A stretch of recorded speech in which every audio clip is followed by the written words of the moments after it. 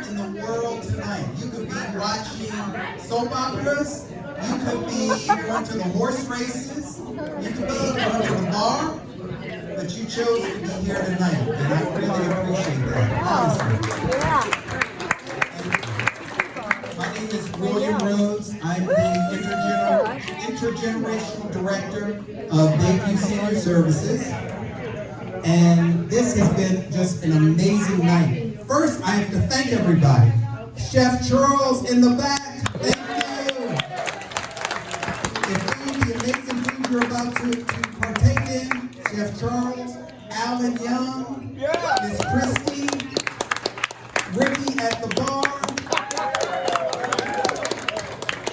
our executive director, Kathy Davis,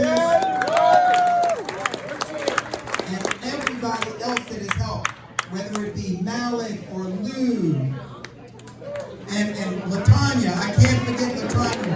I don't want to forget anybody. Maggie, you can stand up. Everybody that helped support this event tonight. Malik in the back. Thank you all, and our amazing DJ.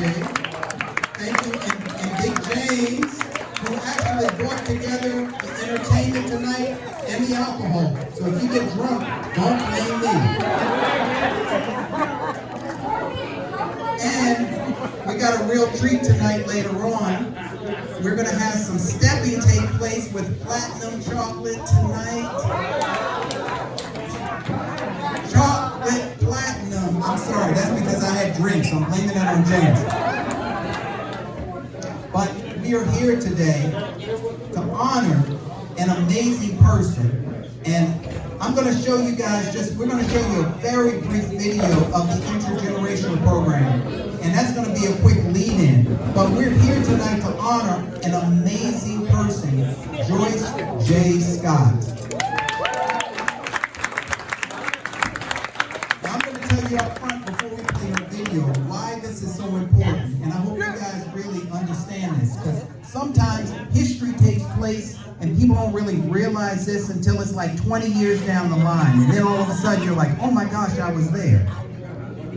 Joyce J. Scott is not only a MacArthur Genius Award Fellow and considered by the Smithsonian, tell me if I'm incorrect, also a living legend. There you go. What that means is some of the jewelry, the beadwork, things that you see that you take for granted, Joyce invented those things. And how many people, I'm going to ask you a question, how many people have ever heard of a person named Lizzo?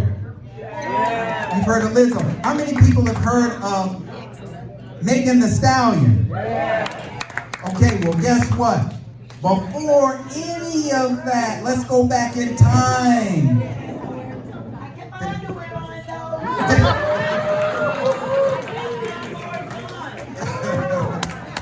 There was a Joyce J. Scott and Kay, what's Kay's last name? Lawal, who created this group called the Thunder Thigh Review. They were going around the country. They were black women with beautiful round, I'm not getting personal, but beautiful bodies. They were not ashamed to show their bodies in the roundness and the shapely forms. They started this trend all over the world and started performance art and did this thing called the Thunder Thigh Review. So this inspired many of the people that we see now. Again, things that happen in history, we're not aware of the influence of these things. So I'm just going to be quiet and have my amazing DJ, if he could show a little bit so you guys know what the intergenerational program is. This program is where we bring youth and seniors together to do creative projects throughout the community. I'll be quiet.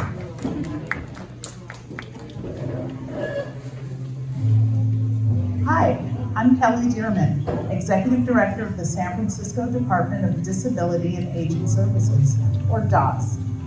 Too often, our city's older people and adults with disabilities are ignored.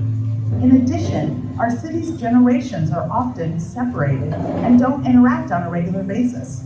And our city's seniors have asked for opportunities to interact with youth and give back to their communities.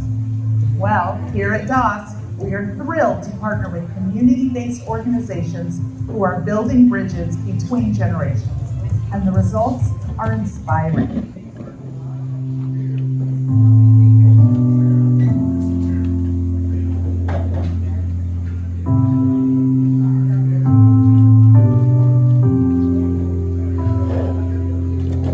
So I wanted to develop a program that really had a strong creative aspect to it. So this program takes the arts and involves young people and seniors to work together on projects. Programs like this, really create a well-rounded community. What I mean by that is, the kids need the seniors just like the seniors need the kids. So it's not one-sided. Some of the kids did not necessarily have role models in their home of grandparents or older people. So I really see the change because these kids actually now, know how to interact with older people. They're not afraid, or they don't think it's weird to be in the company of an older person. And it's obvious it's been super beneficial to the seniors because they get to see this innovation, this curiosity, this excitement that these young kids bring. So it brings them like new life. Building a generation bond is very important because when I grew up, there were different rules and different regulations that we had and different things we had to follow. And I noticed that maybe some of the younger people, they don't really get that. So I think I'm here to pass that on and try to help them as much as I can. I learned a lot about actual living. It's not what we actually see in the TV, but it is down to earth living. What the young one really need, right? And what the older one must pass to them, right? So that they have a better life than ours.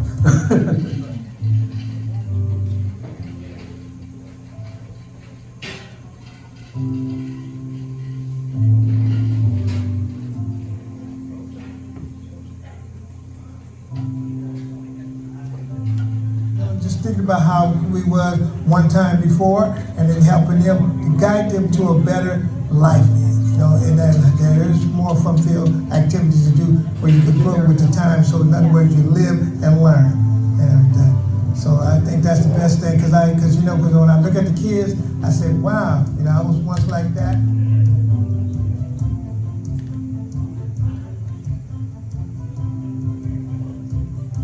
Well, the funding is critical. That keeps everything going. And it's a blessing to have that funding because I can focus on my job and focus on trying to, help the community, try to be of service to the community. I hope you've enjoyed seeing the impact of these intergenerational programs. If you would like to get involved, please call or visit our website below. Thank you for watching.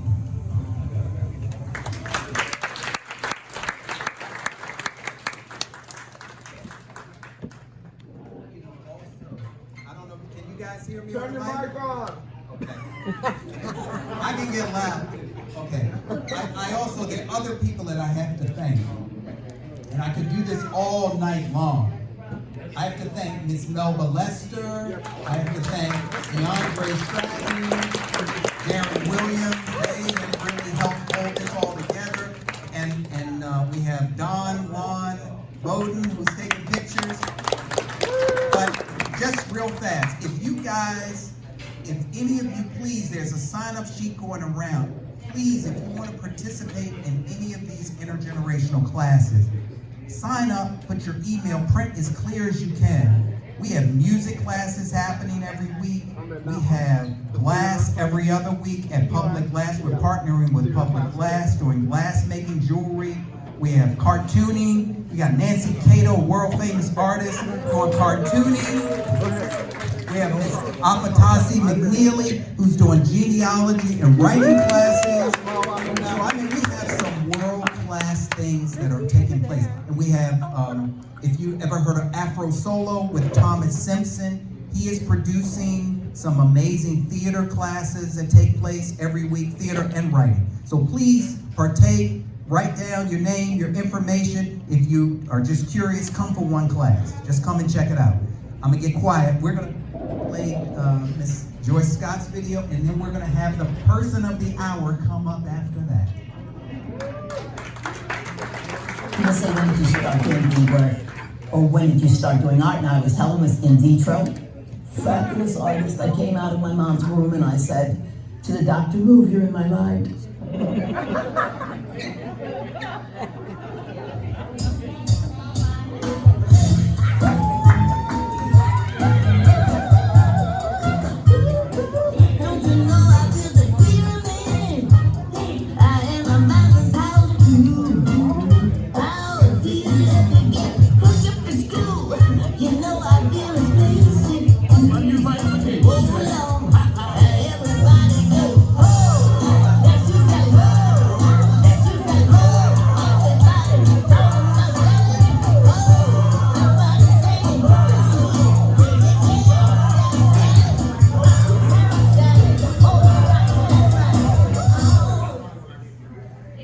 I'm Joyce J. Scott. I'm a visually performing artist who was born and, as we say, reared in Baltimore, Maryland. I've lived here all my life, not in this house, but in Baltimore City, in this house for over 40 years. Here I am, an African-American woman who decided never to leave her community, never to run away from herself as a black woman, to stay with my community the way it was in the 50s, when black people of all ilks lived together in a community and gave hope to each other.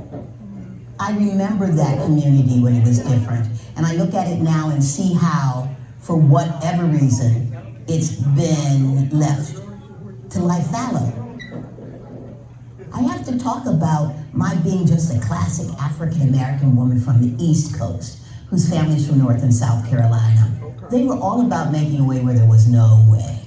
They did everything. Musicians raced horses, they were weavers, they had stills, you name it. My mother was an artist and she taught me to do beadwork when I was around 5, and I always did it. But my mother, as a textile artist, taught me how to bead by sewing into the fabric. I went to undergraduate school and I kept using my mother's needle and thread as a passport to other countries. It was the thing that would initiate conversation and maybe a residency. But it was also what everybody else knew. In 1976, I met a young Native woman who taught me the peyote stitch. And everything in my life changed. I was always trying to work with translucency, but with fiber, light goes, it's absorbed or it bounces off the surface, it's not translused. Peyote stitch allowed me to do anything that I wanted to do with beadwork. And you know I'm a little mad scientist inventor about beadwork. And it allowed me to do that without encumbrances. I didn't have to have a loom. I didn't have to have fabric. And it became a method of communication that combined my mom's thing where you have a needle and thread and people will talk to you because somebody always sewed in their family, with this ability to transmit light. And that means a lot to folks no matter what we say. And since people all over the world do beadwork, it was once again another page of that book of communication. And art can be that if you allow it. I attempt to pay real homage to the beadworkers around the world because I'm working with an ancient history here. I see it as my working with something so incredibly special that's been handed down from the beginning of time. This is an amazing thing to do, to be this purveyor or this carrier of this. Glass has been in my work for a long time. I mean, I used to use mayonnaise jars and anything that helped with translucency. One of the best things that happened was my getting 2 residencies at Pilchuck, which is the glass school outside of Seattle. Because there I was working with not only the primo glass artists, but also younger glass artists too, with gaffers who would work with me and show me the way. So this meant that I could begin to ask people to create for me it really opened such a giant door for me because I didn't have to depend upon something that existed. If I wanted a vessel or if I wanted a figure or components to a figure, I could say, let's make these. I realized how forward-thinking American glass artists are and how I'm a product of that. So when they said, why are you doing Buddhas? And I'd say, because I'm an artist and everything is available to me. So you're asking me about how this thing started at Grounds for Sculpture. What is that about? Well, why did I even choose Harriet Tubman? Because she really makes me think of my mother. That's it. They were both little thunderbolts. Neither of them were 5 feet tall. They were both dark-skinned, and my mother told me what that meant to be dark-skinned in America. And they were go-getters. My mom would have been one of those people who would have been on the Underground Railroad, dragging people out of the South. I chose Harriet Tubman because she is a great light for me about what you can be through all kinds of adversity.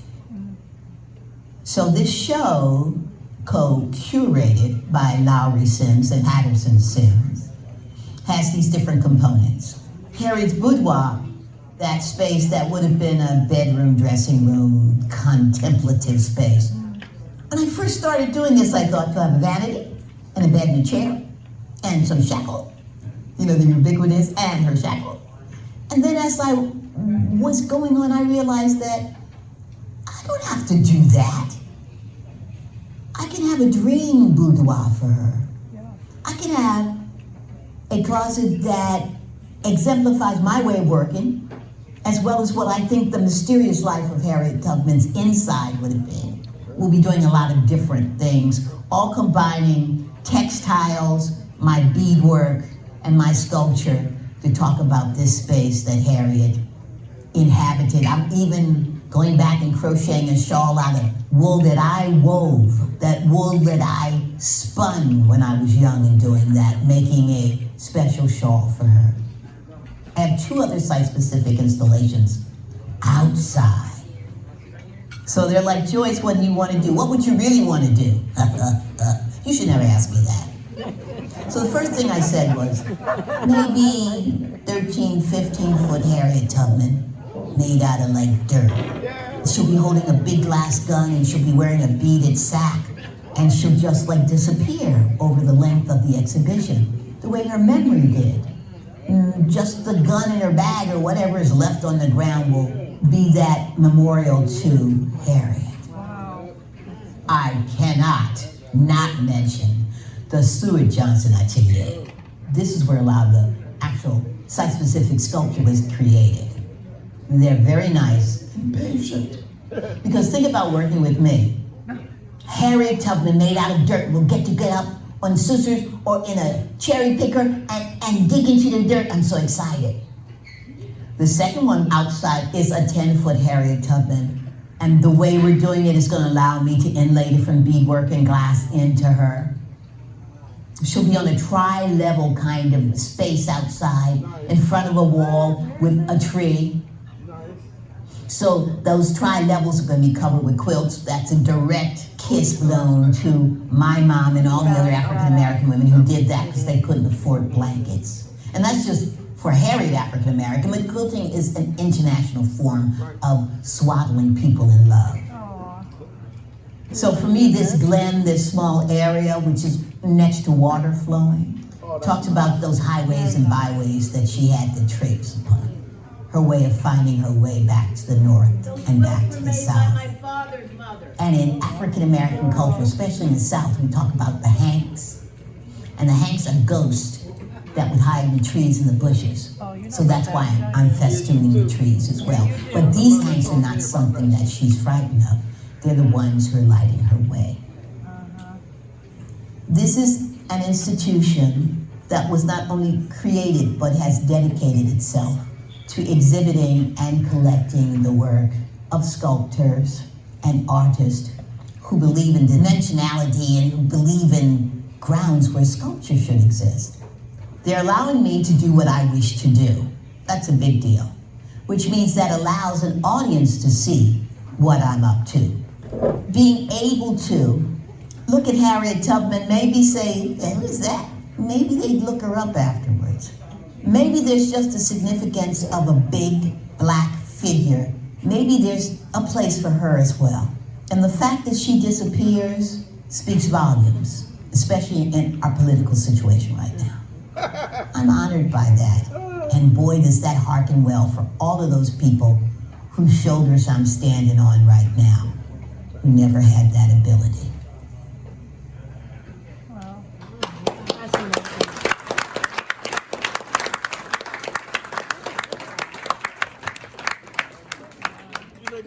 So I can't, like, because he owns it. So, but the one and only Joyce J. Scott.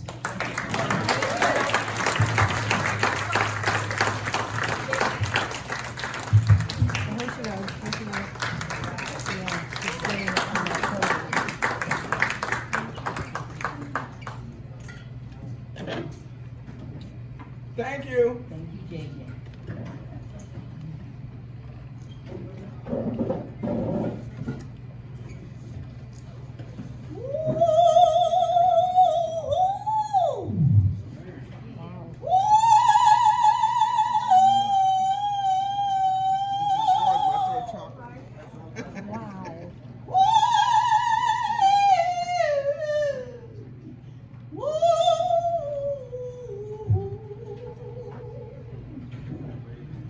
Birds flying high, you know what I mean. Yeah.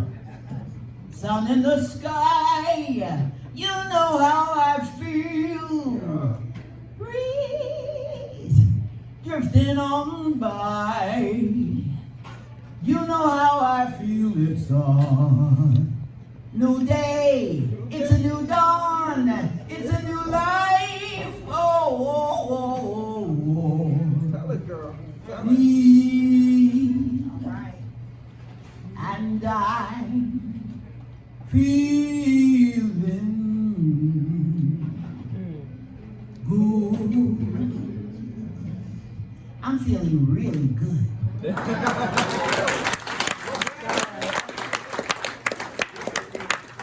know, there's something beyond warm and cuddly that allows a person to go thousands of miles away from their home and still be appreciated and swaddled in joy and love There you go. by other folks who just are that person. You're just that good. Now I have to thank you for taking care of my art godson, William Rhodes. There you go. You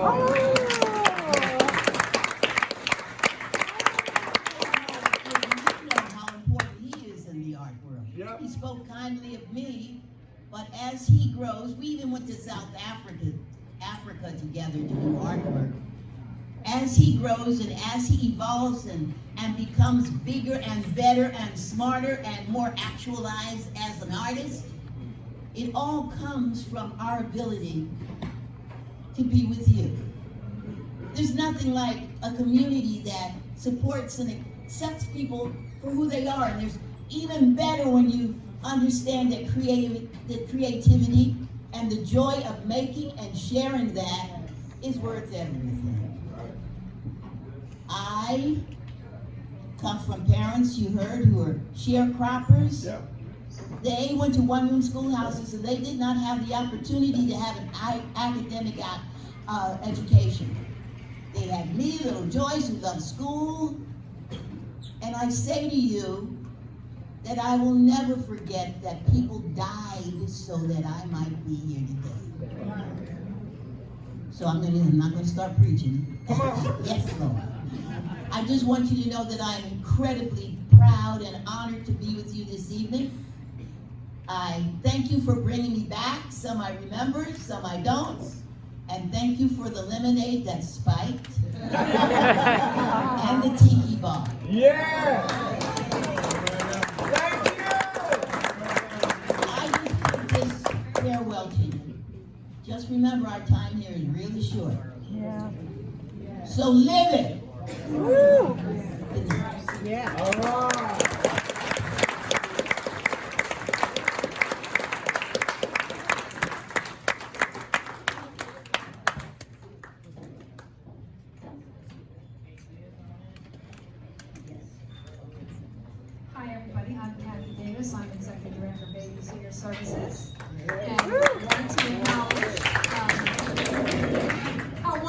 it is to have Miss Joyce Scott come to our center. Yeah!